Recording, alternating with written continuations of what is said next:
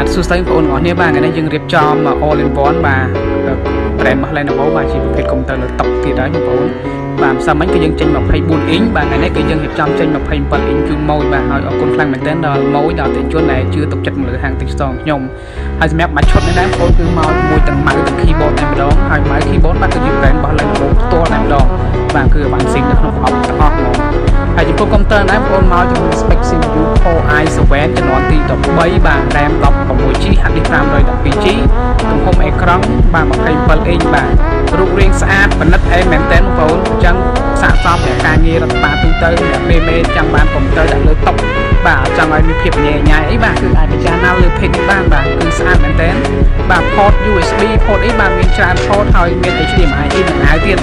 in out មានន័យថាអា out គឺអាចចេញទៅក្រៅ in